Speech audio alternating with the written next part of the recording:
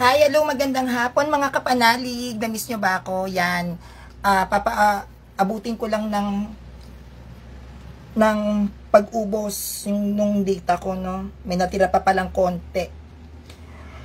So, dito tayo sa kasi marami ako nakitang mga nagbablog, mga content creator na ang sinasabi is yung naganap na pagsunog o yung naganap na sunog sa California ay dahil daw sa blasphemous. No? Pag sinabing blasphemous, kalapastanganan. No? Yan yung paulit-ulit kong napapanood sa iba't ibang mga vlogger.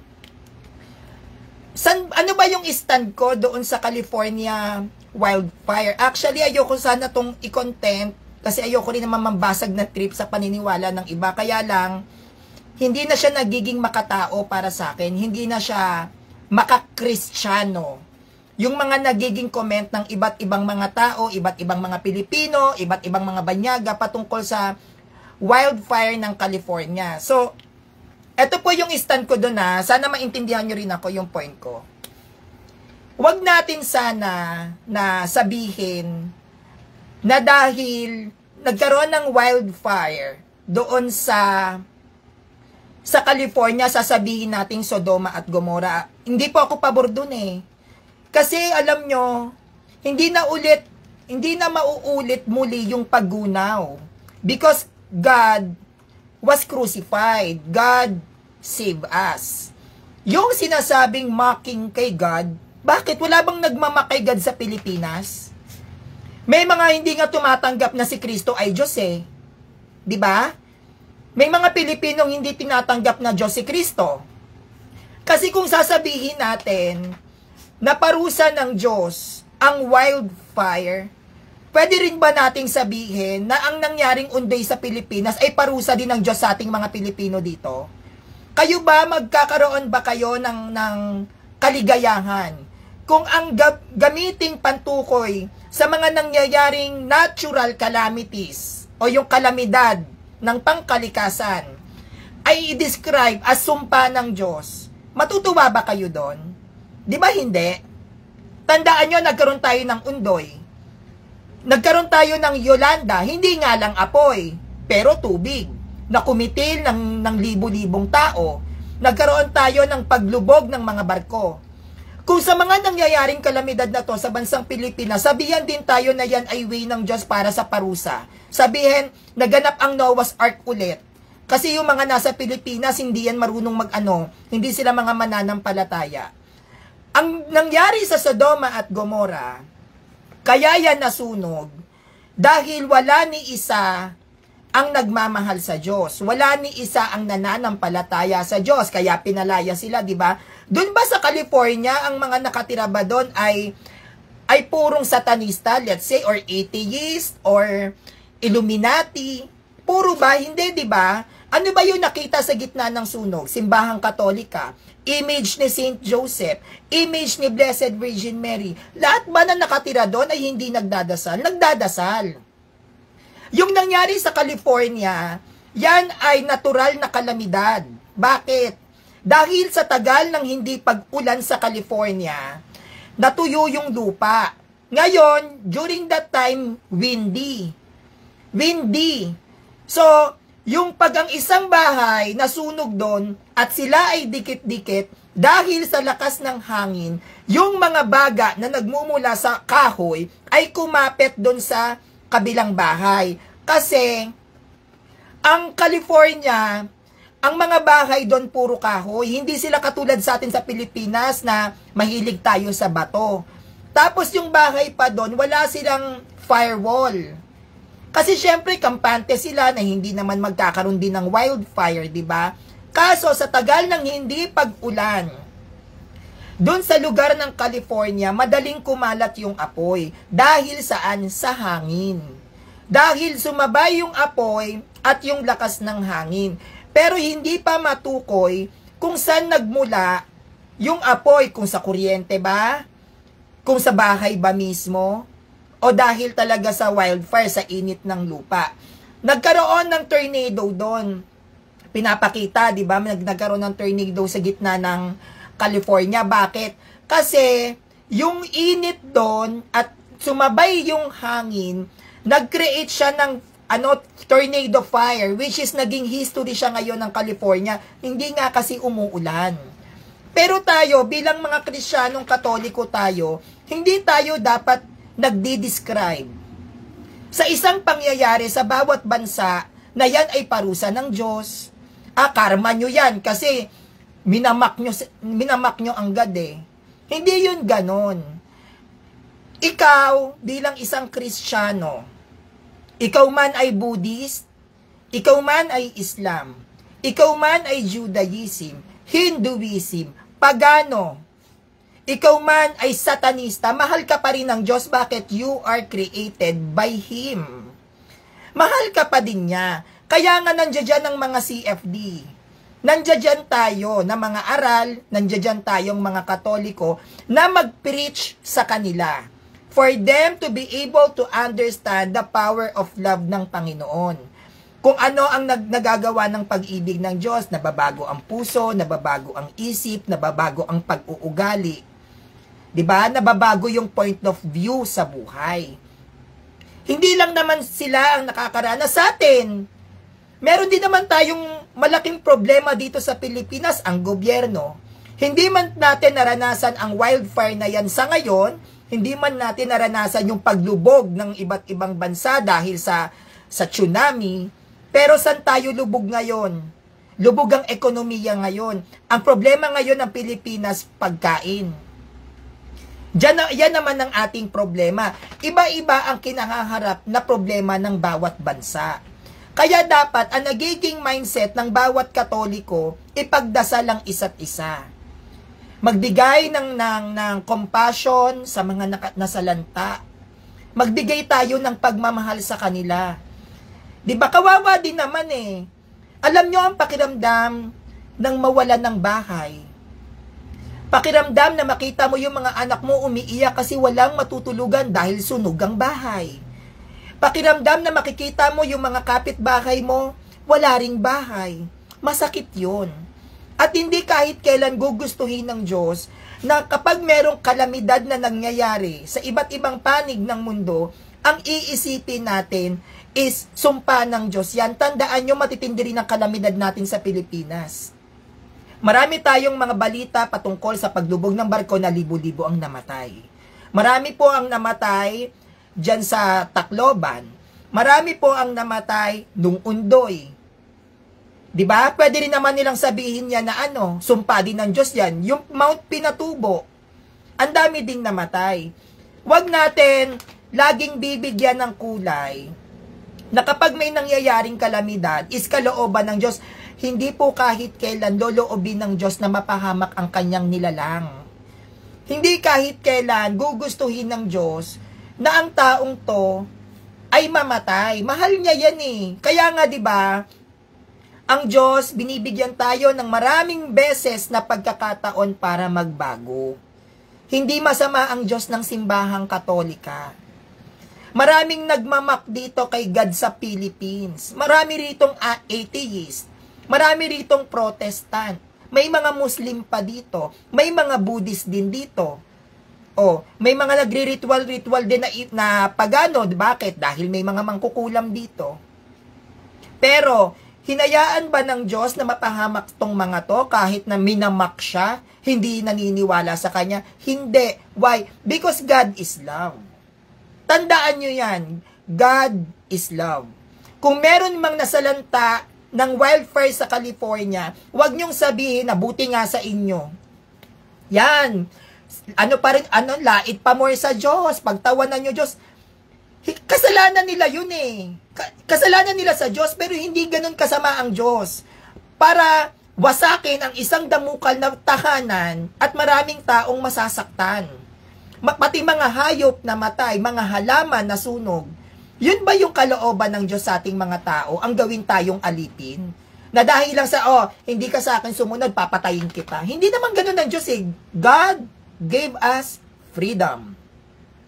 Yung mga nasa California, kung merong hindi naniniwala sa Diyos, free will nila yon. Pero mawawala yung free will na yan sa kabilang buhay.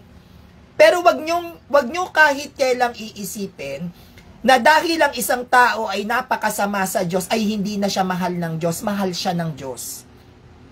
Kahit gaano ka pa kawalang kwentang tao, kahit adik ka pa, kahit sumamba ka pa kay Satanas, mahal ka ng Diyos. Bakit? Dahil nais ng Diyos na ang lahat ng tao ay maligtas.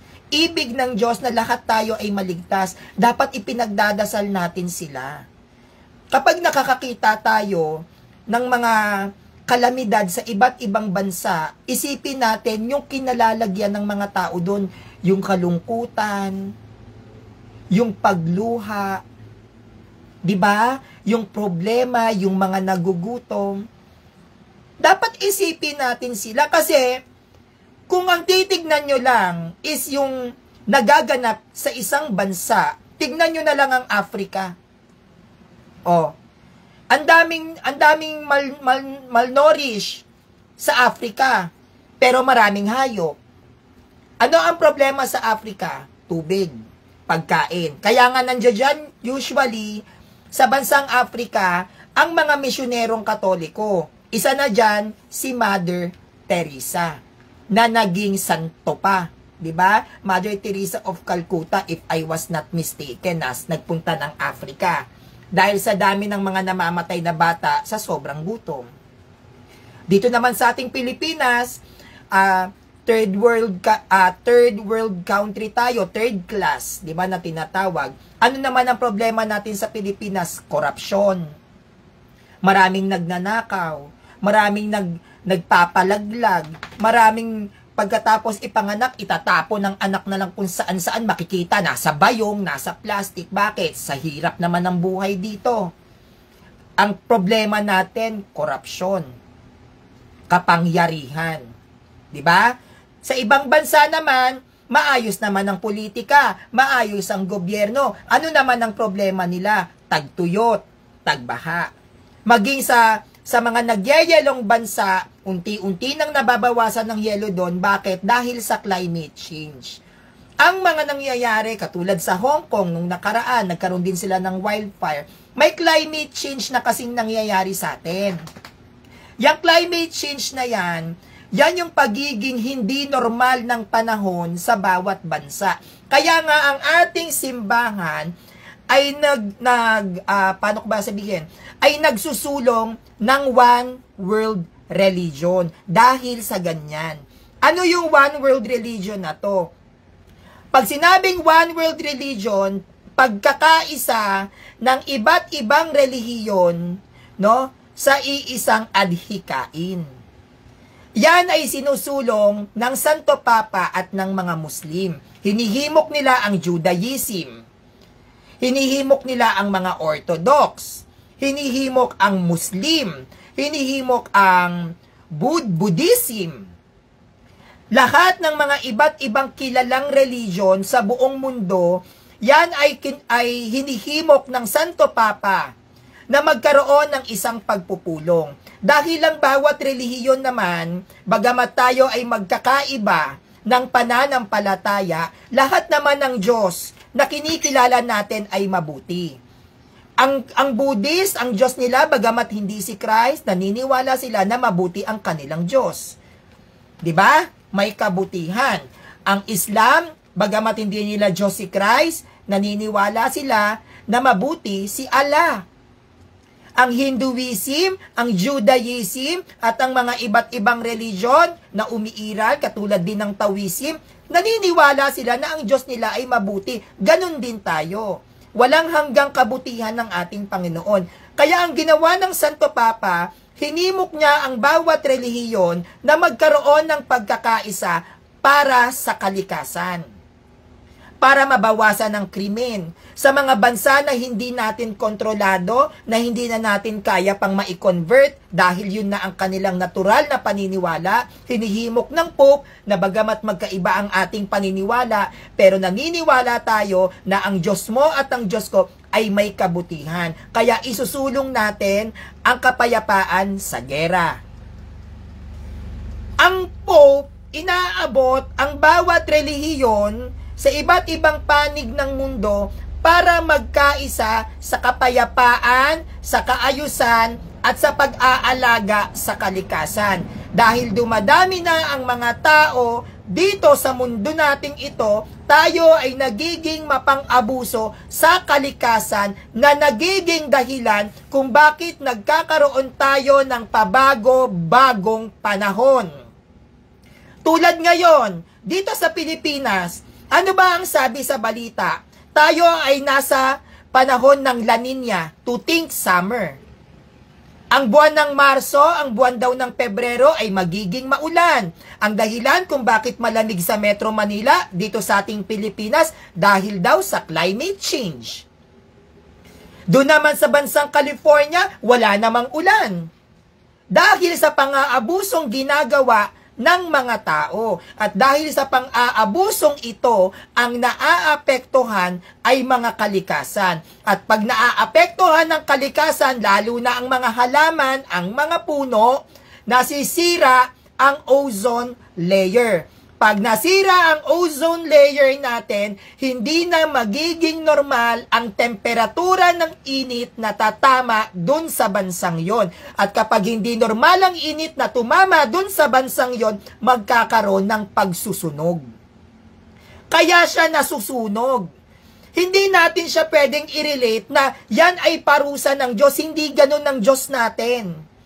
Kahit kailan, hindi loloobin ng Diyos natin na may masunugang bahay, na may mamatay. Hindi kahit kailan pahihintulutan ng Diyos natin, kahit gaano pa kasama yan, na may masaktan, na may magdusa, na may magluksa. Dahil naniniwala ang Diyos, kahit gaano ka pa kasama, may kabutihan pa rin na itatago dyan sa'yo bilang isang tao. Kaya ako, nalulungkot ako, may nabasa ko, ano ba yan? Puro na lang California, puro na lang sunog, puro na lang California nababasa ko, puro na lang wildfire. Kasi hindi kayo nasunugan. Kasi wala kayong compassion doon sa nangyayari doon sa ibang bansa. Natatandaan nyo yung nangyari sa Tacloban? Maraming mga banyaga ang nakisimpatya sa ating bansa. Maraming mga banyaga ang lumuha, ang nalungkot, ang nagluksa sa pinagdaanan ng Pilipinas sa mga matitinding bagyo na nagdaan nung mga nakaraang taon. Ano ba ang masama? Kung tayong mga Pilipino ay magbigay din ng simpatya sa nangyayaring sakuna sa iba't ibang panig ng mundo, hindi ba't yun naman ang gusto ng Panginoon? Ang matuto kang dumamay sa mga lumuluha, sa umiiyak, sa nagluluksa, sa mga nag-iisa, sa mga naghihirap. Damayan mo kasi Kristiyano ka. Hindi siya ikinatutuwa. Hindi siya para gawing chismis lang. Hindi siya parang sasabihin, ay grabe naman. Ay sobra naman yung nangyari, yung sunog. Hindi ganun eh. Kapag nakakita tayo ng isang pangyayaring hindi maganda, sa bansa man natin o sa hindi tayo dapat kukuha ng reaksyon. Grabe naman. Hindi ba pwedeng ipagdasal natin, Lord? Maawa ka naman sa kanila. Kawawa naman yung mga bata. Ilang ibon ang namatay sa California. Ilang mga baka, kabayo ang namatay sa California. Mga hayop na maliliit na hindi nakatakas sa tindi ng sunog sa California. Naiisip nyo ba kung ilang mga aso at mga pusa ang niletsyon sa sunog sa California? At ang tanging magiging reaksyon lang natin, grabe naman. Baka nga yung mga iba dyan na nagpo-post ng California, hindi nyo pa yan in-offer sila. Maraming lumuluha, maraming umiiyak at nalulungkot dun sa California. Oo, mayayaman ng tao doon. Kasalanan ba natin kung yumaman sila? Kung sakaling alam nila kung paano nila gagamitin yung talento nila. Kung sakaling ang mga tao doon kaya yumaman kasi masipag, ang daming tamad sa Pinas. Kasalanan ba natin kung nagkaroon sila ng magandang buhay? Kasalanan ba natin kung magkaroon sila ng maraming pera? Hindi natin kasalanan yun. Kaya kung sakali mang naninirahan sila sa marangyang buhay, nasa sa kanila yun kung paano nila gagamitin yung perang pinaghihirapan nila. Pero hindi yan dahilan para hindi tayo magbigay ng simpatya sa mga nasunugan dun sa California. Katulad ng SDA, si Denmar Santiago. Ano ba yan? Nakakasawa na, puro na lang sunog sa California. Imaginein mo, SDA ka. Diba? At isa pa siyang public preacher. Para ganon ang maging statement sa nangyayaring sunog sa California. Di ba dapat kapag nakakakita tayo ng ganyan, tayo yung unang nag-o-offer bilang mga Kristiyano. Bagamat meron doon na hindi purong Katoliko, meron doon sabihin nating atheist, o meron sabihin nating satanista, o sabihin natin lahat ng masasama nasa California. Pero, hindi pa rin yan dahilan para hindi natin sila mahalin. May kanya-kanya silang dahilan bakit sila naging ganon. Kung bakit may naging atheist, bakit merong naging satanista, may mga kanya-kanyang pinaghuhugutan yan. Maaaring hindi maganda yung pamilyang pinagmulan, maaaring nalunod sa kayamanan, o maaaring ilang beses siyang dumulog sa Diyos pero nabigo.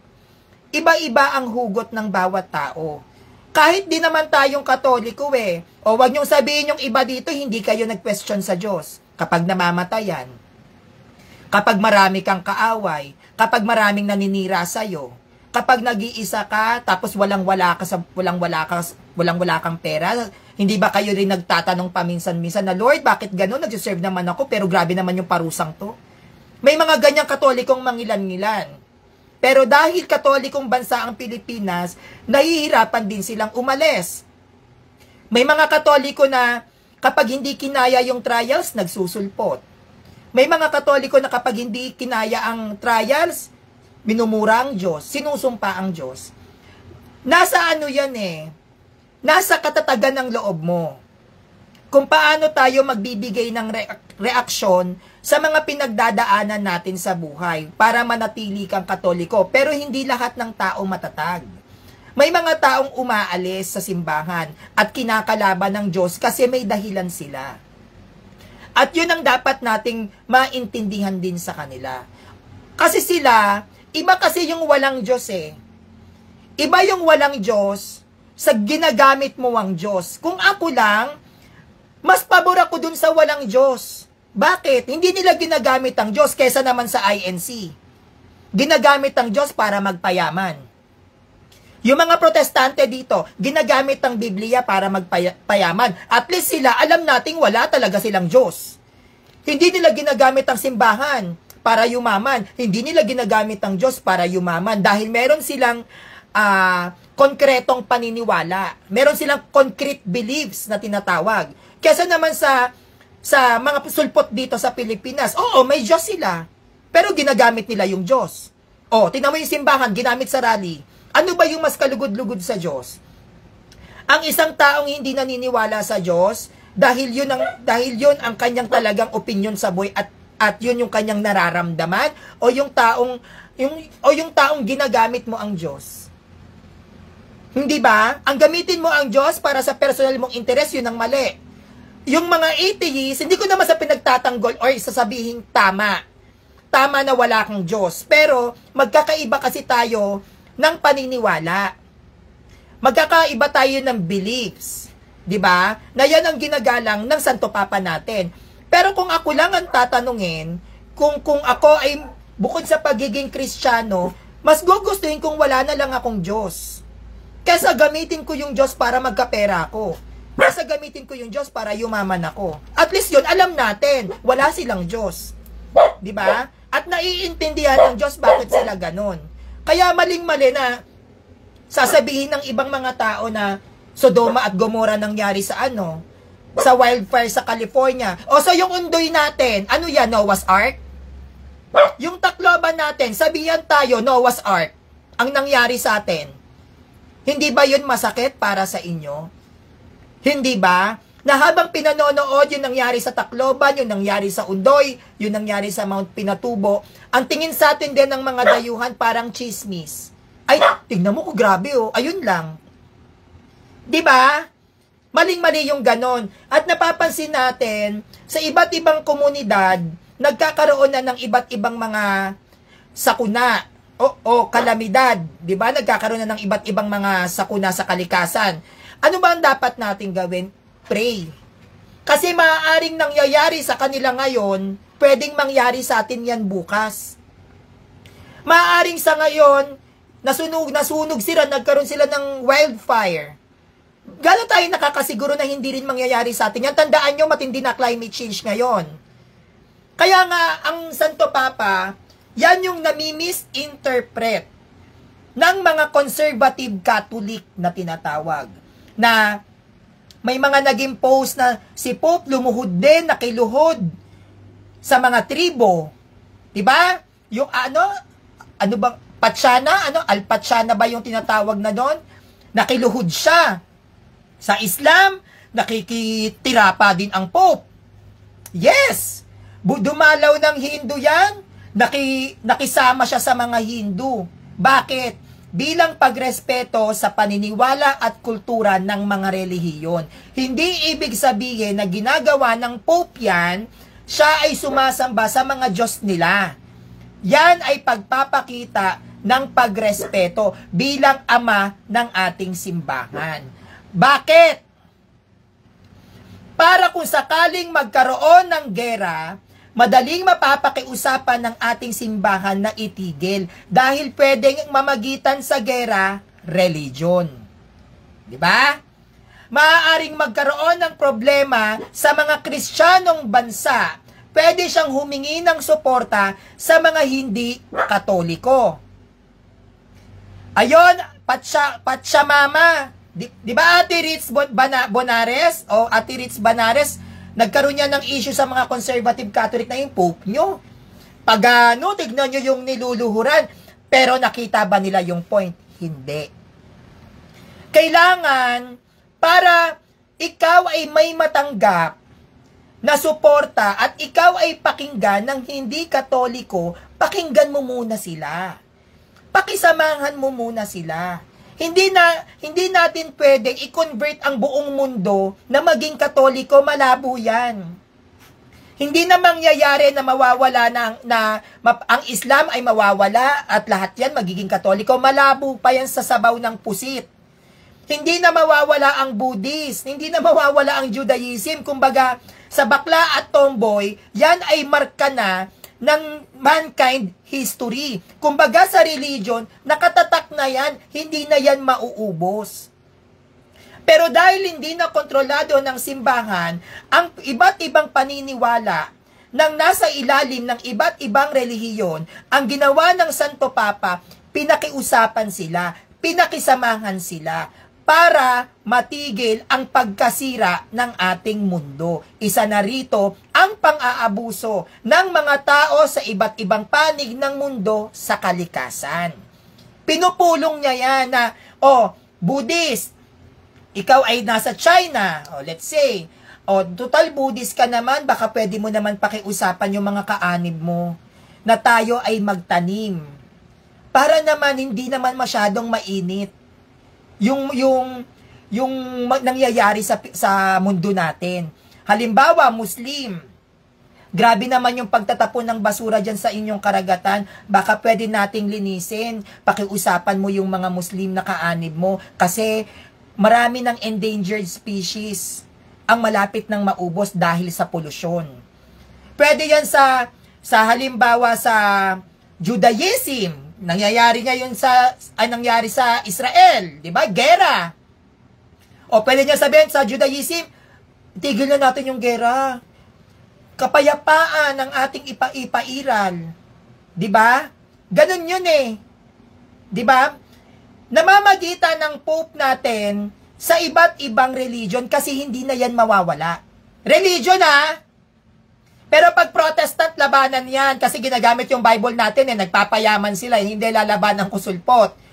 Pero sa iba't ibang religion na tinatawag na one world religion, hindi yan ang stand niya sinasabi ng sulpot na one world religion. Ang motivation ng Pope maging Katoliko lahat ang buong mundo, hindi po yun mangyayari. Ako na po nagsasabi sa inyo, malabong mangyari na ang buong mundo ay magiging Katoliko. Napakalabo niyan. Pag sa religion. No, kasi hindi naman ang tinutukoy kasi ng Panginoon sa Bible na maraming magsusulputang bula ang propeta. Mga protestante yan Mga protestant yan kasi hindi yan pwedeng ipantukoy sa religion mismo. Bakit? Wala pang Christianity, may Judaism na. Wala pang Christianity, may Hinduism na. O, wala pang Christianity, baka may Buddhist na din. So tayo ang Christianity ang sumibol. Bakit? Bakit late sumibol ang Christianity? Kailan ba bumaba si Christ? Kaya lang naman nagkaroon ng Christianity dahil sa reincarnation of Jesus Christ. Doon sumibol yung Christianity. Pero kung hindi bumaba si Kristo at siya'y hindi nagkatawang tao, baka lahat tayo Islam. Kasi ang paniniwala ng Judaism sa panahon ng Ama, ang kanilang pananampalataya ay nasa loob lang ng Jerusalem. So meaning to say, nasa loob lang ng Israel. Hindi sila pwedeng lumabas. Hindi sila naniniwala sa anong tawag nun? Sa sa mga banyaga sa Bible? Nasa dulo ng dila ko. Hindi sila naniniwala doon. Katulad kay Pablo, ano bang tawag kay Pablo? Hindi siya, pag hindi ka pure, Israelite, may tawag doon Nasa dulo lang ng dila ko. Naniniwala ang Judaism na ang pananampalataya nila pagdating sa Ama, which is sila yung mga Sabbath keeper, sila ay nasa loob ng bayan ng Israel. Yon, Kuya Lester Visayas, Gentiles. Hindi pa pwedeng hindi kayo, ang mga Gentiles o Hentil sa Tagalog, o yung mga mananampalataya sa loob ng Jerusalem, kapag hindi bumaba si Christ dito, walang Christianity. So pag walang Christianity, ang makakakilala lang sa Ama, mga taga-Israel lang. Hindi tayo pwedeng sumali doon. So pag hindi tayo pwedeng sumali, malaki ang posibilidad na ang Pilipinas ay maging Muslim kung hindi tayo sinakop ng simbahang Katolika. 'Di ba?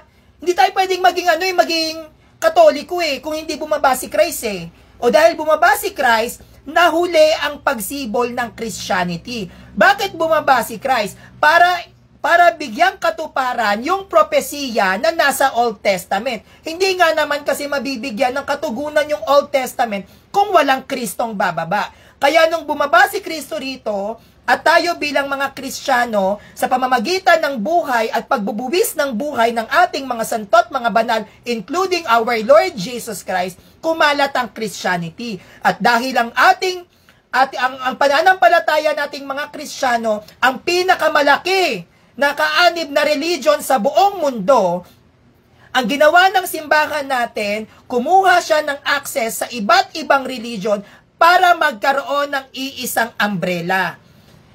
Religion, iba't ibang religion na magkakaisa para magkaroon ng kapayapaan, kaayusan at pag-aalaga sa kalikasan, maging pagtanggal ng mga polusyon sa mundo. Hindi lang naman kasi sa simbahan nakasaklaw ang ating simbahan. May pagpapahalaga sa kalikasan, may pagpapahalaga sa politika, may pagpapahalaga sa sambahayan, maging sa iba't ibang paniniwalang relihiyon, tayo ay may pagpapahalaga. Kaya ang Pope, kung ano ang paniniwala ng isang religion, nakikisama siya. Pero hindi nangangahulugan na sinasamba niya yun. Kaya yung Pachamama na nakitang may ribultot, luhod-luhod ang Pope natin, hindi niya yon sinasamba. Dahil yon ang Diyos ng mga tribong nandoon, kailangan niyang galangin yon. Ganon din ang Muslim. Halimbawa, ang Muslim ay pumasok sa simbahang Katolika. Siyempre kapag tayo ay luluhod din sila. But it doesn't mean na yung pagluhod na ginagawa ng mga Muslim ay sinasamba si Christ, kundi nagbibigay galang siya sa mga mananampalatayang Katoliko. Ganon din ang mga Katolik. Kapag tayo ay may kausap na Hudyo, under ng Judaism religion, kapag alam nating bawal ang dugo, kakain ka ba ng dinuguan? Siyempre hindi. Kakain ka ba ng baboy? Siyempre hindi. Bakit? Bilang paggalang din sa paniniwala ng Judaism.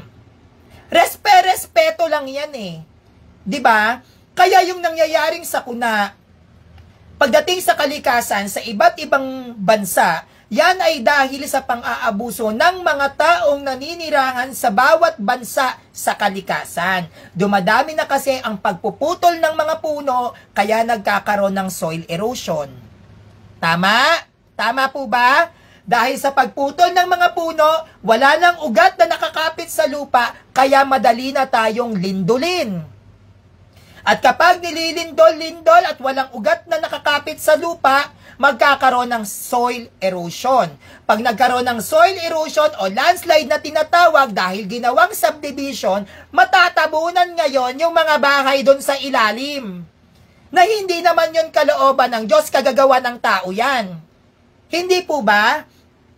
Kapag ang isang lugar matagal na hindi umulan at natuyo ang lupa, 'di ba? Kapag tumama ang tindi ng sikat ng araw dahil sira na ang ozone layer, masusunog syempre yung mga halaman. Bakit? Rurupok yung mga kahoy. Pag rumupok yung mga kahoy at nagkaroon ng wildfire, syempre yung mga bahay na nakatira doon madadamay. Kasi Diyos ba may gawa? Di ba hindi naman? Sino may gawa? Tao. Nagkaroon ng matinding pagbaka. Undoy. Diyos ba may gawa ng undoy? Tayo. Bakit? Basura. Hindi ba? Basura, hindi inaayos yung daluyan ng mga kanal-kanal dito sa Pilipinas. Kaya pag nagbaha, isang ihi lang ng elepante, lubog ang Marikina. Hindi po ba? Sa Tacloban, Diyos ba ang may kalooban nun? Hindi. Dahil yun sa climate change, pabago-bago ng panahon. Huwag nating ugaliin sana mga kapanalig ko, lalo na't mga Pilipino rito, na kapag may nangyayaring trahedya sa isang bansa, kalooban agad ng Diyos yun. Hindi masama ang Diyos natin. Yun yung gusto kong itaktak sa mga isip nyo. Hindi masama ang Diyos natin. Hindi siya walang iya. Hindi siya salbahe. Hindi siya ganun. Kahit kailan, hindi niya yan gugustuhin. Di ba nung nagkakagera, nagkaroon ng mga iba't ibang gera sa mundo, nagkaroon ng apparition si Blessed Virgin Mary na lumuluhan ng dugo. Dapat nakangiti siya, kasi kalooban niya eh. Di ba hindi naman yun ganon? Kaya nga maraming apparition si Blessed Virgin Mary, lalo na sa Fatima, para bigyan tayo ng babala. Kasi ang ginagawa na ng mga tao, tayo na mismo ang pumapatay sa sarili nating bansa. Konting hidwaan lang sa kapiranggot na lupa, patayan. Hindi po ba? Konting gusot lang ng mga taong namumuno sa bawat bansa, gera. Kalooban ng Diyos yon? Dahil lang ba sa naggerahan sila, kalooban ng Diyos? O yung dalawang namumuno na mataas ang pride? Wag nating wag ganon yung maging mentality natin. Na dahil nagkasunog sa California, ay, Sodoma at Gomora, hindi salbahe Diyos natin. Kung iniisip ng mga INC na Sodoma at Gomora yung nangyari sa California, pues tayo dapat hindi. Hindi masaya ang Diyos sa nangyayari sa California. Hindi siya natutuwa sa mga taong nakikita niyang nagluluksa, maaaring namatayan, mga taong umiiyak dahil nawala ng tirahan, mga matatanda, mga bata, mga may asawa, mga binata, mga nag-aaral na nawala ng tirahan dun sa California. Masaya Diyos? Ikaw ba, kapag ikaw ba ay naglalang ng isang bagay, matutuwa ka na yung nilalang mo nahihirapan? Para saan pa yung freedom? Para saan pa yung free will na binigay sa atin ng Diyos? Para saan pa yung crucifixion na tinubos niya ang kasalanan ng lahat ng tao? Kaya tayo nagkaroon lalo ng free will para ikaw na magdi-decide kung paano mo tatangkaing maligtas. Kung gagawa ka ba ng masama o gagawa ka ng mabuti. Choice nila yan eh. Yung mga Amerikano ron na nilalait ang Panginoon, nilalait ang Diyos, choice nila yun eh. Bakit? Sa Pilipinas ba walang ganyan? Sa Pilipinas ba wala bang nanlalait sa Diyos? Sa Pilipinas ba walang gumagamit sa Diyos? Sa dami ng mga protestante rito, yung Biblia yung binuo pa lang ng Katoliko, pinagkakaperahan na ng mga sulpot eh. 'Di ba? Pinagkakaperahan ng mga sulpot ang Biblia natin, dapat dun pa lang sinunog na yung mga yan eh. Pero ano nangyayari sa Pilipinas? Parami ng parami. May pari pang naka-Buddha beads. 'Di ba? May paring naka-Buddha beads. Kung ano yung suot ng Katolikong pari natin, may Saint Benedict pa, nag-exorcist pa, wala namang authority sa early Christians. Pero nagkalat dito sa Pilipinas. Oh, may nagtatag ng simbahan dito sa Pilipinas, gayang-gaya yung tradisyon ng Nazareno, yung tradisyon ng Santo Niño. Lahat ng ginagawa nating ritual sa misa, ginagaya din nila. Oh, di ba? Ginagamit nila yung Diyos sa pansariling interes, dapat yun pa lang sinusunog na. Pero ano nangyayari? Dumadami. Hindi ba? Yung mocking nang nangyari doon sa California, kaya lang tayo apektado kasi sikat sila eh. Siyempre nasa TV, Global Awards. Lahat tayo nakikita natin ng muka ng mga ugali nila. Eh dito kaya sa Pilipinas, ilang Pilipino ang gumagamit sa Diyos dito? Na dapat matagal na rin silang sinunog. Ang INC, hindi kumikilalang Diyos si Kristo. Bakit ngayon nagrally-rally pa doon? Oh. Hindi ba? Ang INC, di naniniwala kay Kristo na Diyos? Oh, may mga protestante rito, kahit hindi naman sila yung Sabbath keeper. Ay, Sabbath keeper kami, SDA. May mga born again dito, pinagcha-chop-chop yung Bible na binuo ng Catholic Church. Dumadami. Yan ang mocking. Ang gamitin mo ang Diyos para yumaman ka, yan ang tunay na mocking. Sila, yung mga ginagawa na nasa Global Awards, yan din ang opinyon ng hindi Katoliko. Kung tatanungin nyo ang religion ng Muslim, ang religiong Islam, sabihin nyo sa kanila, sa religion ng Islam, Diyos si Kristo? Ay hindi, propeta yan. Anong Diyos? Latagan ko kayo ng ganito, latagan ko kayo ng ganyan. Kiniklaim ba nilang Diyos si Christ? Hindi. Buddhist, ikiklaim ba nilang Diyos si Christ? Ang Diyos ng Kristiyano ay tunay na Diyos? Ang mga Buddhist? Hindi din. May pinagkaiba ba yung mga nagsasalita ron sa California? Wala! Dahil sila yung mga pagano. 'Di ba? Ano ba yung ginawa ng mga alagad? Nung kung nagkalat ang pagano at konti pa lang ang Kristiyano. Ang unang Kristiyano na lumabas sa bayan ng Jerusalem, 50. 50 ha? 50 yon na mga sinaunang Kristiyano hanggang sa dumami tayo. Imagine niyo, nag-start tayo sa pinakamaliit na bilang. Pero anong sabi sa kanila ni Christ? Bautismuhan nyo sila sa ngalan ng Ama, Anak at ng Espiritu Santo. Sino yung babautismuhan? Yung hindi naniniwala sa Kanya.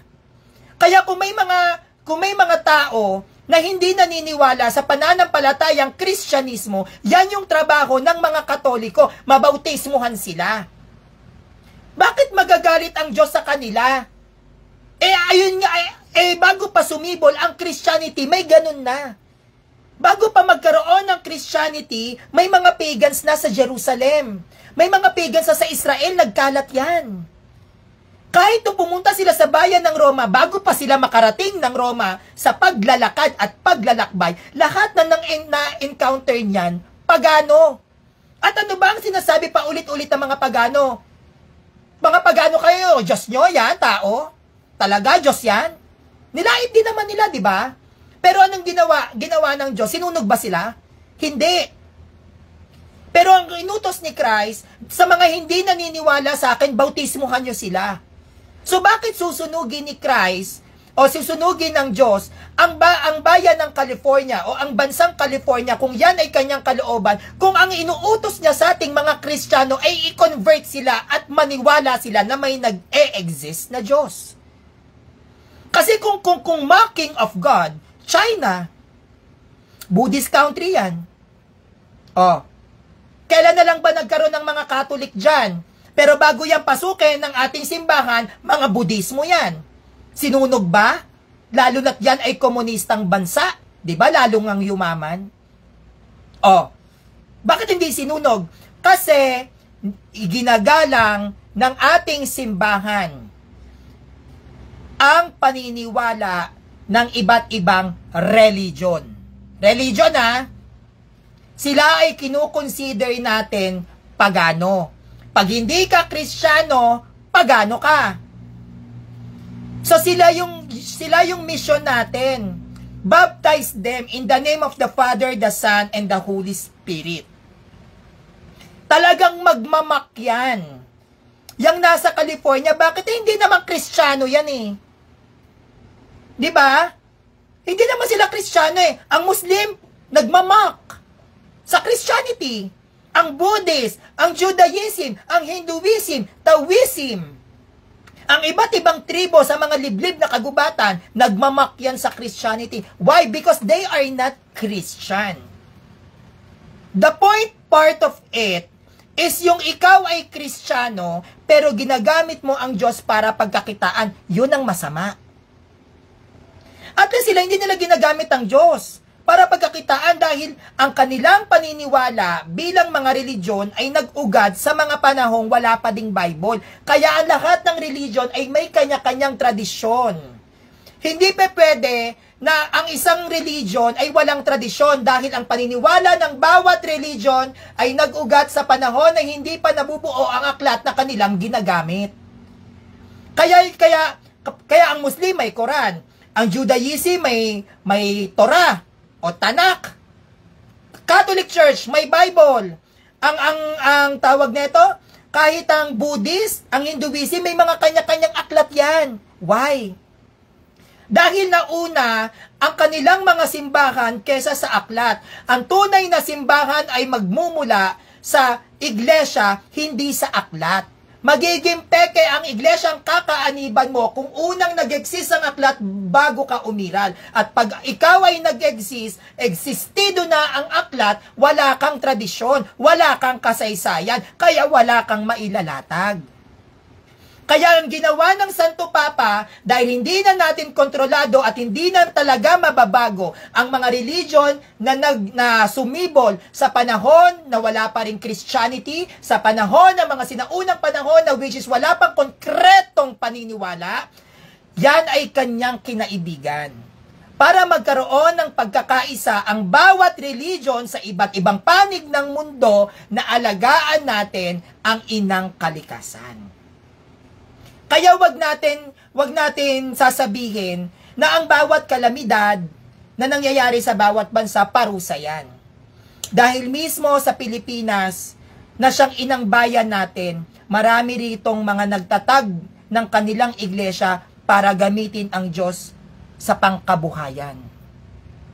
Tatandaan natin yan. Sa Metro Manila pa lang, lantaran na ang mga protestanteng ginagamit ang Bible para kumita ng pera. Siguro naman nakikita nyo sa bus, sa jeep, palengke. Hindi ba? Diyan pa nga, nagrally pa nga, oh. Oh. Yung iba pa nga, nagtatag pa ng mga negosyo dito sa Pilipinas. O, sikat yung Philippine Arena. Yung Wish Bus. Kaya ano yan? Eli Soriano yan. Lantaran. O, di ba? Wag lagi natin bibigyan ng pag-iintindi. No, lagi nating titignan kahit negatibo yung nakikita natin, lagi nating titignan yung silver lining doon. Hindi like what I've said, hindi tayo pwede mag-judge na dahil nasunog ang isang lugar, sumpa. Na dahil binaha, sumpa. Na dahil nagkaroon ng tagtuyot, sumpa. Tandaan nyo, nagkaroon din tayo ng Mount Pinatubo. Yung Pearl of the Orient na barko, di ba libo-libo na matay doon nung lumubog? Oh, super ferry. Bakit na wala super ferry? Dahil sa paglubog din yan, libo din ang namatay. Undoy, Yolanda, yung lindol sa Baguio, ilang mga kalamidad ang nangyari sa Pilipinas, dahil ba yon sa kalooban ng Diyos, gusto niya tayong patayin? Hindi ganun ang Diyos natin. Naniniwala tayo, di ba? Ang Diyos ay pag-ibig. Di ba God is love? Ayan ang ating paniniwala bilang Katoliko. At kung ang Diyos natin ay pag-ibig, gugustuhin niya ba yun nangyari sa California? Gugustuhin niya bang mamatayan ka? Gugustuhin ba niyang magutom ka? Gugustuhin niya ba na malunod sa baha ang ilang mga tao? Hindi. O, Bagyong Odette, sabi ni Ate Rosel Cañete Villanueva. O, ang dami, di ba? Tapos, kapag may nangyaring masama sa isa sa mga pamilya natin, Lord, kalooban mo yan eh. Kasalanan mo yan eh. Eh kung hindi ka pa naman pala talaga gaga, alam mong madilim ang iskinita, babae ka, dadaan ka doon, eh di na-rape ka. Diba? Tapos ang may kasalanan yung Diyos sa kagagahan mo.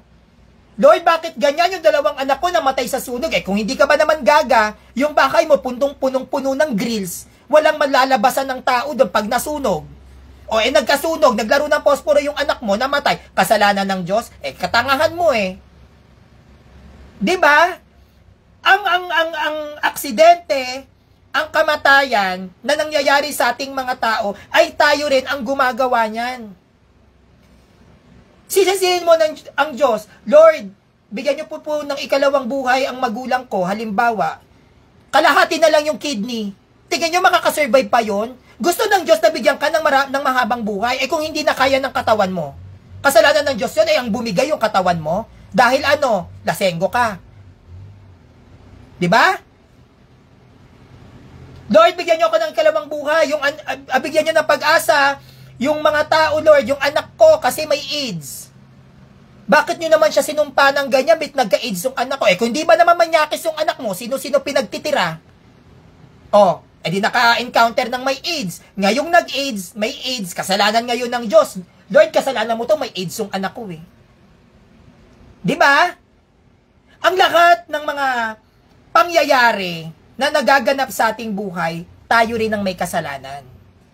Kaya kung nagkaroon man ng matinding sunog sa California, kasalanan nila yon. Dahil hindi sila marunong magmahal sa kalikasan. Siyempre, mayamang bansa yan.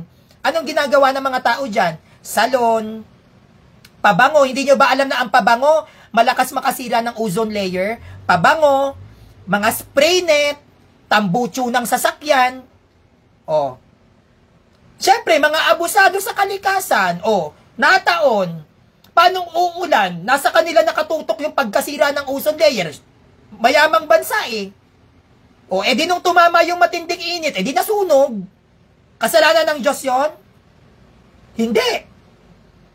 Kapag ikaw, halimbawa, nagluluto ka, sumabog yung shellane, kasalanan ng Diyos yon na sumabog yung shellane, eh ikaw yung nagluluto? Hindi ba? Ang pagkakamali nating mga tao, wag natin i-relate yan lagi sa Diyos. Ang sakuna, ang delubyo, ang bagyo, wag natin lagi yang iisipin na kalooban ng Diyos yan. Tandaan nyo ha, ang Diyos nating mga Katoliko ay pag-ibig. Kahit gaano pa kasamayang taong yan, ang Diyos ay pag-ibig.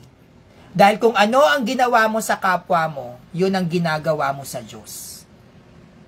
Kung ano ang pagtratong ginagawa mo sa tao, yan ang pagtratong ginagawa mo kay Kristo. Nandoon dapat lagi ang compassion. Siyempre, pagdating sa aral, hindi pa pwede yan. Pag debate, ay hindi pa pwede. Nung compassion, wala akong compassion sa debate. But, kapag dating sa pakikipag-interact sa tao, wag natin aalisin yung pagiging makatao. Dahil bilang isang tao, kung ano ang ginawa mo sa kapwa mo, kung ano ang iniisip mo sa kapwa mo, at kung ano ang pinararamdam mo sa kapwa mo, yan ang ginagawa mo sa Diyos. Yan ang ginagawa mo kay Kristo. Kaya nga 'di ba, kahit na pinako sa krus si Christ, anong sabi niya? Panginoon, Panginoon, patawarin niyo sila sapagkat hindi nila alam ang kanilang ginagawa.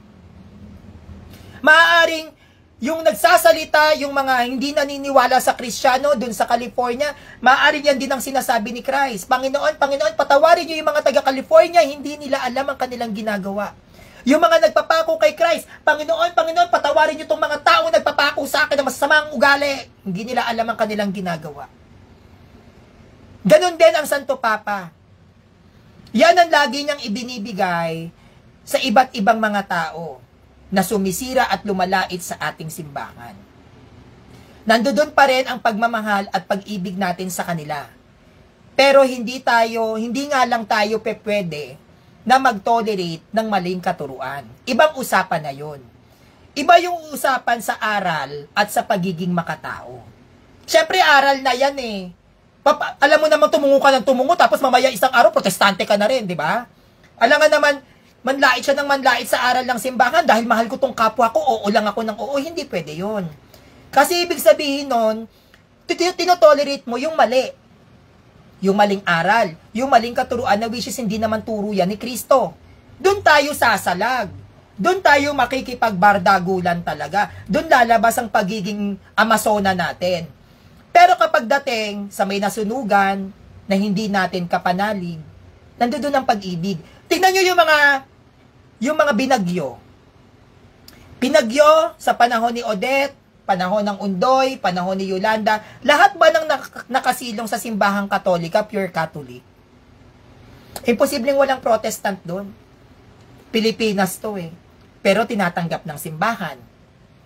Ang simbahan natin, pwedeng pumasok doon kahit protestante ka. INC ka, MCGI ka, born again ka, gusto mong hanapan ng butas ng simbahan, you are welcome to go to get inside the Catholic Church, in the Catholic Church, di ba? Malaya silang pwedeng pumasok doon. Namili ba simbahan? Hindi. Malaya at niyayakap ng ating simbahan ang lahat ng tao. Pero pagdating sa katuruan, never papabor ang ating simbahan na tataliwa sa ating turo. Hindi pwedeng pumabor ang Pope sa maling turo. Lagi yang kokontra. Pero sa mga tao na nakakaranas ng kahirapan, hindi yan dapat nating sabihin na parusa ng Diyos yan sa'yo. Huwag tayong ganon. Kaya magbigay tayo ng malaking pagrespeto, malaking pakikiramay, at malaking pagbibigay ng compassion sa mga bansa na humaharap ngayon sa matitinding krisis. Hindi po biro ang nangyayari ngayon sa iba't ibang panig ng mundo. At sana maisip din po natin na baka ngayon na nangyayari sa kanila, baka bukas mangyari na rin yan sa atin. At hindi yan nakakapagtaka. Hindi nakakapagtaka kung ano yung mga calamity na nangyayari sa ibang bansa ay maaaring mangyari din sa ating bansa. Katulad ng gera, 'di ba? Nagkaroon ng gera sa Turkey laban sa bansa ba 'yun? Ukraine. Hindi nakakapagtakang maranasan din natin 'yan. Yung wildfire, hindi nakakapagtaka na maranasan natin 'yan. Bakit? Nagbabalak na ang ibang gobyerno dito na kalbuhin ang Sierra Madre. Yan ang kinakabahala ng mga environmentalist sa Pilipinas. Ang putulin doon ang mga 100 years old na mga puno para gawing subdivision. Kapag ang Sierra Madre ay nakalbo, lulubog ang buong Metro Manila. Kaya yan ngayon ay isinusulong ng mga environmentalist natin. Pero nakakalungkot isipin, ang kanilang mga nakakalaban ay mga mayayaman dito sa Pilipinas. Tulad ng Chocolate Hills, nagpalagay na ng resort. Kapag ang kalikasan natin ay kumonte at naging mas madami ang lupa kesa sa halaman, ang Metro Manila kasama ang Marikina dyan, ang Pasig, lulubog sa baha, maging ang mga taga-Bulacan. At kapag kumonte ang mga halaman at mas marami ang tao, oras na tayo ay lindulin, maraming mamamatay na tao. Hindi yan kalooban ng Diyos, kagagawan natin yan. Kaya dapat, hindi lang tayo nakatutok sa Bible. Dapat alam din natin kung paano din natin tinitignan yung mga maling ginagawa ng mga tao sa kalikasan. Na at least, kapag nagkaroon ng lindol, hindi natin sasabihin si Lord ang may kasalanan. Ang lindol po, yan po ay nagmumula sa pag-uga ng lupa. Pag umuga ang lupa, dito sa Pilipinas, apektado dito ang alin? Ang mga fault line. Pwede yang mahati at mabiyak dahil sa init. Dahil po yan sa init sa ilalim ng lupa. Kaya nagkakaroon ng pagyanig. Ngayon, hindi naman yan dapat magkakaroon ng pagyanig kung may mga ugat ng halaman na nakakapit dun sa ilalim ng lupa, sila yung pipigil sa lindol. Kaso, dahil ang daming ganid na Pilipinong mayaman dito, na gustong magpayaman lalo, kinakalbo ang kalikasan. Kaya pag ang kalikasan na kalbo, tataas ang polusyon. Bukod sa pagtaas ng polusyon, ang ating lugar ay malulunod sa baha. Kaya nga lagi kong sinasabi sa iba ko ring mga kaibigan, hindi ako magtataka na isang araw, pati ang oxygen, bibilihin na natin. Noon, naabutan ko ang tubig, diretso lang kami sa gripo. Hindi kami bumibili ng mineral water. Yan ang kinamulatan ko sa lolo at lola ko na kumukuha kami ng tubig sa bukal. At to think, lupa pa yun ha. Tapos ilalagay siya sa banga. Ang tasa noon, bakal. Bakal ang tasa noon. Sinasalok namin dun sa banga, hindi na namin kailangan ng ref. Malamig ang tubig. Pero ngayon, bumibili na tayo ng tubig. Hindi na kasi safe ang tubig ngayon, marumi na. Noon, ang lupa natin punong-puno ng mga tanim na gulay. Kaya mababa ang presyo ng gulay. Hinihingi nga lang noon ang talbos at ang mga sili. Ngayon, bibilin mo na. Hindi na nagbibigay din ng kapitbahay ng sili ngayon. Bakit? Wala na kasing lupang mapagtataniman. Noon, kapag pumapasok ako nung elementary ako, gigisingin ako ng tatay ko ng alas 5 ng madaling araw, hindi pa ako makaligo. Dahil paggising mo ng 5 a.m., mararamdaman mo yung lamig tumatago sa buto. Talagang manginginig ka, kaya kahit maligo ka ng mainit na tubig noon, pagdatapos mong maligo, nanginginig kaming magkakapatid kasi nga sobrang lamig. Ngayon, alas 5 ng madaling araw, pinagpapawisan ka na. Wala nang halaman, wala nang puno, sa pang-aabuso ng mga tao. Kaya dahil inaabuso natin ang kalikasan, magkakaroon ng kalamidad sa kalikasan. At pag ito ay nangyari, anong sasabihin ng tao? Kalooban ng Diyos yan, kasi ganyan kayo. Hindi lahat ng bagay na nangyayari sa iba't ibang panig ng mundo ay dapat nating isisi sa Diyos. Minsan kailangan din nating sisihin ang pagiging tao natin. Bakit naubos ang mga pink dolphins? Ang Philippine eagle, maraming mga animals na unti-unti nang nagiging extinct. Dahil ba sa kalooban din na naman ng Diyos yan? Hindi ba't dahil sa ating mga tao? Kaya, matuto tayong mag-matured. Tingnan natin yung mga bagay sa kapaligiran natin na hindi natin laging isisisi sa Diyos. Hindi natin lagi siyang idadamay. 'Di ba? Kasalanan nating mga tao yan kung bakit tayo nasa ganyang posisyon, kung bakit nasa ang init-init, tumataas ang kuryente. Kasalanan natin yan dahil inaabuso natin ng kalikasan. At yan ang nais ng simbahang Katolika. Ang magkaisa ang iba't ibang religion para sa pangangalaga sa ating inang bayan, sa daigdig. Isa sa pinopromote ng simbahan, world peace. Paano magkakaroon ng world peace kung walang kaibigan ng Pope? Di ba? Mapapakiusapan niya ba yung Buddhist kung di niya totropahin yan? Ang Islam, makakausap niya ba itigil na yung gera kung hindi niya totropahin yan? Ang iba't ibang religion na nag-e-exist dito, even the pagans, mapapakiusapan niya bang itigil ang gera kung hindi niya totropahin yan? Ang Pope naniniwala kahit hindi ka Kristiyano, may mga kabutihan yan. Kaya nga may katuruan tayo outside the Catholic Church, there's no salvation. Ano tong there's no salvation? Yung mga Katolikong aral na nabayaran ng pera at nagprotestante. Pero yung protestante na namulat sa pagiging protestante at walang alam sa katuruan ng ating simbahan, ligtas yan. May karapatan silang maligtas. Bakit? Hindi nila kasalanan yun. Ganon din ang mga katutubo. Yung mga katutubo sa Africa, yung mga ita natin, yung mga katutubo, mga ipugaw na nakamulatan ng kanilang Diyos, si ganito, kanilang Diyos, si ganyan. Maliligtas yan. Bakit? Hindi natin kasi naabot yung lugar nila para aralan. At dahil yun ang naging kultura ng kanilang pamumuhay, sa dami ng mga ninuno na nagdaan, ang Diyos, naiintindihan sila basta't magpapasakop sila doon sa batas ng kanilang pinaniniwalaan.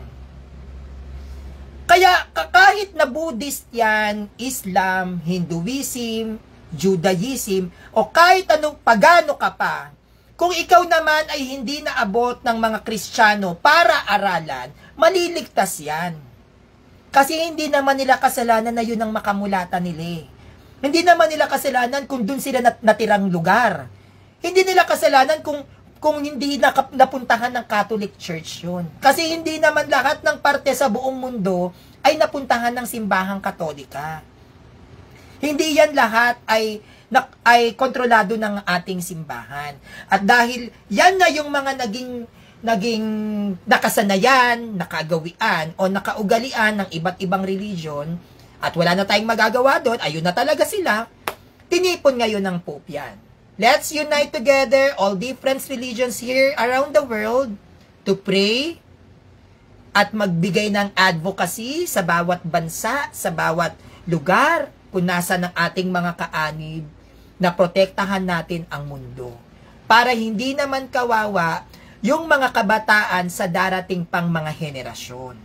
Maging maayos ang ating daigdig sa mga magiging kaapu-apuhan pa natin na sisibol. Pero, to clarify you guys, malaki ang pagrespeto ko at pagmamahal ko sa iba't ibang religion. Wag lang magmamak sa aral ng simbahan. Lalaban ako. Ganon din naman ang sinasabi ko din sa Protestant. Marami akong kaibigang Protestant. Basta wag nyong imamak ang Catholic Church, lalaban ako. Iba ang aral. Pagdating sa aral, talo-talo tayo. Pero kung pag-ibig at pagmamahal, pagdadamayan sa iisang komunidad, maaasahan nyo ko dyan. Pero once na meron kayong sinabi na pagpapamali sa aral ng aking pananampalataya, hanggang sa huling hininga ko, lalabanan ko kayo. Lalabanan kita. Dahil ako bilang isang Katoliko, inaral ko ang faith ko.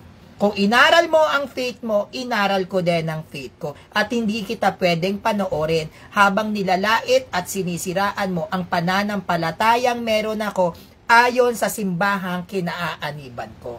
Pero pagdating sa pagkakaisa para sa kalikasan, go ako dyan. Kahit ang kasama ko pa INC.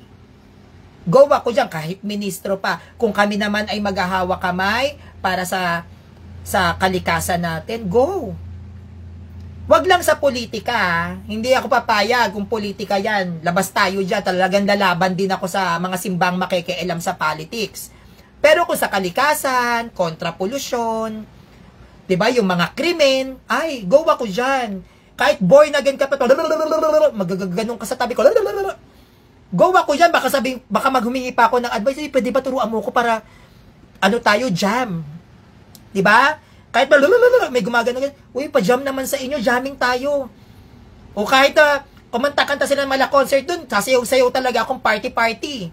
Kung yon ay for the environmental cause, makikiisa ako. Kung para sa ikabubuti ng mundo, sa ikabubuti ng Pilipinas, pagdating sa kalikasan, go ako.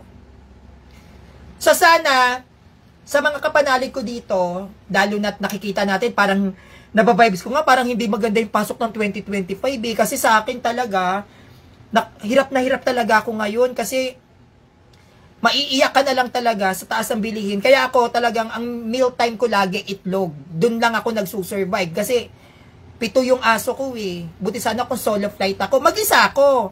Pero yung aso ko kasi 7, di ba? Eh, ang isang aso katumbas din ng isang tao. Kaya ang ginagawa ko tulad neto, yan, kapipitas ko lang neto. Hinihiwa ko siya ng maliliit, tapos maghihiwa ako ng tuyo, na hihiwain ko ng maliliit yung tuyo, ipipirito ko sa mantika, dudurugin ko sa mantika. Ngayon, ilalagay ko yung mantika ng tuyo, tsaka yung tuyo mismo dun sa isang malaking lalagyan, tapos hihiwain ko to ng maliliit. Hindi ko to niluluto, hilaw, para lang kumain sila. Hindi na po sila talaga nagkakanin kasi sobrang grabe yung poverty sa Pilipinas ngayon. Talagang sobrang hirap. Kaya nga buti nga may excess load pa ako. Sabi ko, may load pa ba ako? Pwede aabot pa. Kaya ako nakapag-live. Sabi ko, sayang naman kung hindi ko magagamit para sa simbahan. So, gagamitin ko na. Total, ang pinagkakaabalahan ko lang naman is mag-research at mag-live. Pag meron akong na-research at sa tingin ko nagustuhan ko yung binabasa ko, diretso ako nagla-live nun kaya wala akong oras. Yung pagla-live ko is on the spot. Tulad ngayon, wala naman po akong hawak na binabasa. Pag nakakita ko halimbawa ng something na parang mali naman sa akin, diretso ako nagla-live para maipaabot ko din sa inyo yung opinion ko bilang isang Katoliko. Kaya sa akin, tayong mga Pilipino rito, actually, kahit sa iba't ibang mga bansa na Pilipino, ipagdasal natin ng 2025. Hindi ako natutuwa sa mga nakikita ko. Hindi ako nasisiyahan doon. Lalo na iniisip ko din paminsan-minsan na baka yung nangyayari sa kanila, mangyari sa Pilipinas. So, kailangan busugin natin ng panalangin ang ating bansa. Lalo na yung ating mga nasa gobyerno. Ipagdasal natin sila na maging maayos. Kasi lahat ng bansa ngayon may issue. Lahat pagpapahirap. Lahat kahirapan. Whether ikaw ay sulpot, Katoliko ka, o ibang religion ka, ipagdasal po natin ang ating bansa. Kasi napakahirap na po ng sitwasyon natin dito, 'di ba? At alam ko nararamdaman nyo rin yung kahirapan sa Pilipinas. Gumagapang na rin yung iba at isa na ako doon. Na bigyan lang tayo ni Lord ng katatagan na makayanan natin yung kahirapan ngayon sa Pilipinas. Bigyan niya tayo ng kahit na feeling natin is patong-patong na yung problema natin, nabigyan tayo ni Lord ang bawat Pilipino rito ng pag-asa. Na wag susuko. Bigyan tayo ni Lord ng lakas ng loob na lumaban sa buhay. Bigyan tayo ni Lord ng matiising puso na pagtiisan natin yung hirap. Kasi pag lumala po ang kahirapan dito sa Pilipinas, which is sa kanila sunog, 'di ba? Calamity, mga sunog-sunog sa kanila. Sa atin kasi sa Pilipinas, pag lumala ang kahirapan, tataas ang rate ng magnanakaw. Tataas ang krimen, bukod sa pagnanakaw, yung mga carnappers, hold up. Tataas ang krimen ng mortal sin. Marami nang mamamakla sa may pera, marami nang papatol sa matandang may asawa, na mayayaman. Tataas ang prostitution, yung nagbebenta ng laman. Tataas yung pagpatay sa mga taong galing bangko. Hindi na magiging safe ang ating bansa kapag lalong bumigat ang kahirapan sa Pilipinas. Sa atin, tinitignan lang natin na normal na lang yan. Kaya nga umaabuso yung mga politician sa Pilipinas eh. Kasi ganun tayo eh. Okay lang yan, wala naman tayong magagawa eh. No? Ang sa akin lang, hindi na biro yung pinagdadaanan natin dito sa Pilipinas. Kailangan na natin ng pagkakaisa pagdating sa pananalangin. Kailangan na nating ipagdasal ang ating bansa. Kasi kung hindi tayo magkakaisa sa pananalangin, hindi na magiging mapayapa ang bansang kinatutungtungan natin. Hindi na tayo magiging safe. Baka isang araw, ako, kayo, kapatid, nanay, tatay, ang maging biktima ng mga taong masasamang loob, mga taong may masamang intensyon dahil sa sobrang hirap. At ang pinakamasakit diyan, tataas ang suicide. Kapag sobrang naghirap tayo at hindi na alam kung paano susolusyonan ng padre de pamilya o ng single mom o ng single dad ang pinansyal na usapin, pwede silang mag-suicide. Lalo na at kalimitan sa nakatira sa ating bansa ay mga nangungupahan. Lalo na yung mga nakatira sa ating bansa, malaki ang binabayarang upa. So kawawa naman din sila. At alam natin ang Pilipinas, kung mag-anak, isang dosena yan. Kawawa naman din yung mga anak na hindi nakakakain ng maayos. So, sa pagkakataong ito, tayo ay nasa Year of the Hope. Diba? Jubilee of Hope. Ipagdasal natin na bigyan ng pag-asa ang Pilipinas na umunlad. Pag-asa na magkaisa ang mga politiko sa Pilipinas. Pag-asa na magbabago ang sistema ng gobyerno sa Pilipinas. Tayo ay nasa taon ng pag-asa. Sa tingin ko, yan at dapat nating gawin. Ipagnalangin natin na bigyan tayo ng pag-asa. Hindi lang tayo mga mananampalatayang Katoliko, maging yung mga hindi Katoliko at maging yung mga nasa gobyerno. Yun lang ang kulang sa atin. Pagkakaisa pagdating sa pananalangin. Hindi po rally Hindi po rally, wala pong matutulong yung rally. Pananalangin. Kaya kung kayo magsisimba every Sunday sa mga nagsisimba dito, isama natin sa pananalangin natin yung ating bansa at yung mga nakaupo sa gobyerno na sana maging mapayapa at maayos na ang kanilang pagsasamahan doon. Nang sa gayon ay mas malinaw nilang mapag-usapan yung mga problema na kinahaharap ng ating bansa na nagiging sanhi kung bakit naghihirap yung mga mamamayan na naninirahan sa bansang Pilipinas, no? So, maraming salamat po mga kapanalig sa inyong panonood. Shoutout 17 live viewers at sana naintindihan nyo yung point ko regarding sa live presentations ko. At sa mga nandito pa po na nanonood, pakishare po yung live natin para maging aware din, hindi lang yung mga Katoliko, kundi yung mga hindi natin kapanalig. Pagdating sa nangyayari, hindi lang sa loob ng simbahan, kundi sa labas ng simbahan. Mahalaga na maabot din natin ang kanilang mga atensyon kung paano tayo magbibigay aksyon sa mga bagay na nakikita nating hindi tama at hindi naaayon para sa ating bansa at para sa ating simbahan. So ako po ulit si Sanrio at maraming salamat sa inyong panonood and please subscribe on my YouTube channel, Sanrio TV. Yun lang po, maraming salamat. God bless you.